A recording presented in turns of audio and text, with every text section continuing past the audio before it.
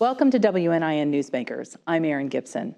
Becca Scott, Director of Communications for the Evansville Vanderburgh Public Library, joins us now. Thanks for being here. Thank you for having me. Yeah. So why don't we just start off and just talk a little bit about the mission of the library? Well, our mission is to cultivate curiosity by creating wonder.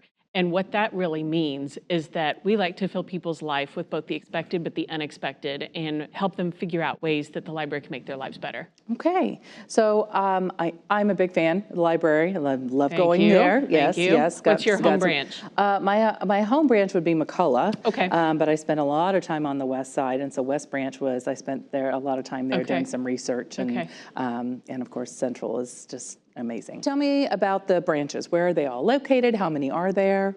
So we have 8 branches total, and of course Central Library is kind of our hub location, but we also have 5 other locations that we call our regional locations. So those are Red Bank, North Park, McCullough, and Oakland. Actually, there's 4, and then there's 3 more that we call our neighborhood locations, which are East and West, our Carnegie locations, and then Stringtown. Okay. So what are some of the services that people are able to take advantage of at the library? Well, I like to remind people that the library is for everyone, and we're sort of like Lego, we're for 0 to 99. And so some of the programs that we offer for our littlest people that are so exciting are early literacy initiatives, so 1,000 books before kindergarten. We just launched our Baby Explorer bundles, which are a beautiful little kit with all sorts of early literacy tools to help parents feel excited about and equipped to do early reading to their children. But then we serve the other end of the population. We have a program that we've developed. It's a book that we release with community partners called Pastimes, and it's for people who are experiencing maybe early stages of memory loss. And it's an activity booklet that was developed with dementia experts in our community. We also do material deliveries to assisted living facilities through our outreach programs. We really do serve all ages with everyone in between. And you know, when you think of the library, you think of books. So I don't need to tell you that we have lots and lots of books, but we have a lot of things that people don't think of. So business services, we can help people start a new business, put together a business plan, find out about funding. But we have, do you check out things from the Library of Things? I have, yes. So my favorite item I check out every fall is a food dehydrator. I have a garden, I grow herbs. I dehydrate them once a year. Why own one when I can borrow it, right? Right. We also have Maker Central, so you can use a 3D printer, you can use our recording studio, all sorts of things available there.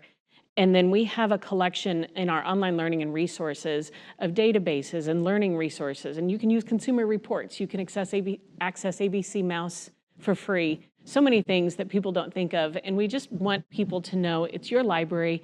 Use it. It will make your life better and save you so much money. So when I think about the library and I think about all the resources, I get a little overwhelmed sometimes because I'm like, I don't even know where to begin. So I do think that the best thing to start with is, what do I want to read, or what do I want, or what do I need, or what am I looking for? So what is your advice in just interfacing with the library and searching and how to use the tools? Well, you can access us multiple ways. So nearly 700,000 people came through our doors last year, which I think is really exciting. It would fill the Ford Center 63 times, I calculated. So come in, see us. You can have a quick reference question with a librarian. You can also book a one-to-one appointment for an hour to get really deep into a topic. Our website, we're constantly evolving our website, evpl.org. We encourage you to explore through there, look at our collections and services. And then we've recently updated the EVPL app. And it's far more user-friendly than it was. It's got some great features that you can use for looking at our collections, finding programs, looking at our online resources, even booking a meeting room right from the app. So we enrage you to check that out as well. I look forward to checking that app out. I hadn't seen that for a while. Yes. One of my favorite resources is historical databases. Those are so much fun to comb through, especially if you have if you want to just browse, or if you're looking for something specific. It's amazing what you can find, and we have really reorganized that collection to make it more user-friendly. So if you visit evpl.org/research, there's 12 different categories on there, and the one you just spoke of is history and digital archives. That's incredible. So it's all organized really well for you. Great. Can you tell me some about the programs that you have coming up soon? So this is really exciting right now because we have 2 authors coming in and we're getting ready to kick off our summer. So our summer reading celebration, last year 4,600 people participated. It's for all ages. And so the theme will be announced very soon, but the excitement is building. throw in that little pun. And then coming up in June, Kwame Alexander is coming, and he is a New York Times bestselling author. He's written 44 books. But he recently won an Emmy as producer of The Crossover, which is on Disney+. And so he's going to be here June 12th. And then Angela Jackson Brown, a novelist who is also an IU literature professor, will be here on June 21st. So there is a lot getting ready to happen at the library. That's really exciting. All right, so how about for kids? So the summer reading program is for all ages, but we do have some special focus on kids, partly to help prevent that summer slide that everybody talks about. And so we have more than 60 themed programs going on this summer, just as part of our summer reading program, that include music, animal visits, Bubble Fest for the littlest ones. So that's all big fun. And we have developed new this year, it's a program punch card. They're incentivizing people to come to 6 different programs of certain types, and then they'll be entered in for a big Kwame Alexander related prize at the end of the summer. How exciting. Yeah. All of those things are very important to the community, to individuals. Can you tell me, in your words, Okay. what does the library mean to you, and what does the library mean to Evansville and Vanderburgh County? So I had said to somebody before that the only reason that I would have left my prior role is if there was a communications job at the library, because the library is so significant to me. I remember walking into Central when it was first built and just thinking, what a place of collection of ideas and wonder and knowledge. And that's what the library really means to me, is that it makes all of this information accessible, and there's expertise behind it, so you know if it's real and it's valid and it's credible information.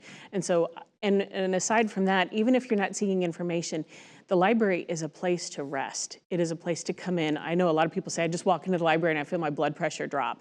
And so it's where else in society can you come and spend an entire day and not spend any money? And so the library to me is just, it's democratic, full democracy and accessibility and free and information and just all of those things in one. You mentioned the spaces, and I have very vivid images that come to me from the different library locations, and the different branches all have just a very different feel from each other, I think. And so, are there any favorite spaces or little nooks and crannies of individual libraries that you like? Well, so at Central, the space, the Indiana Room, which is where we keep all of our local history, almost feels like hallowed ground when I go in there. It's a beautiful space. It's like walking into the National Archive, except for Indiana. Yes, very good parallel, yes.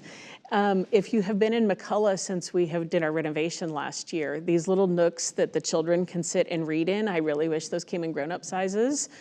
So I don't know if that's in any of our renovation plans, but here's hoping, right? Yeah.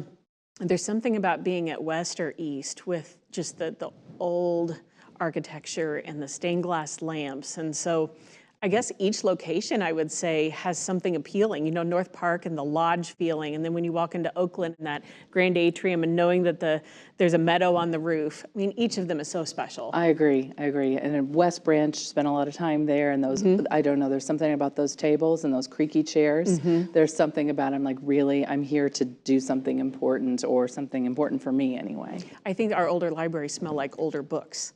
And maybe there's that positive sensory experience. Sure, sure. So how can we learn more about EVPL? Well, we invite you to look at our Facebook. So EVPL, we stay on top of that. We have some really talented staff that help manage our Facebook page. Visit our website, download our app, and then we are frequently in the news through opportunities like this. So we hope that helps you feel connected and informed. Excellent. Well, thank you very much. Thank you for having me. I really enjoyed talking with you.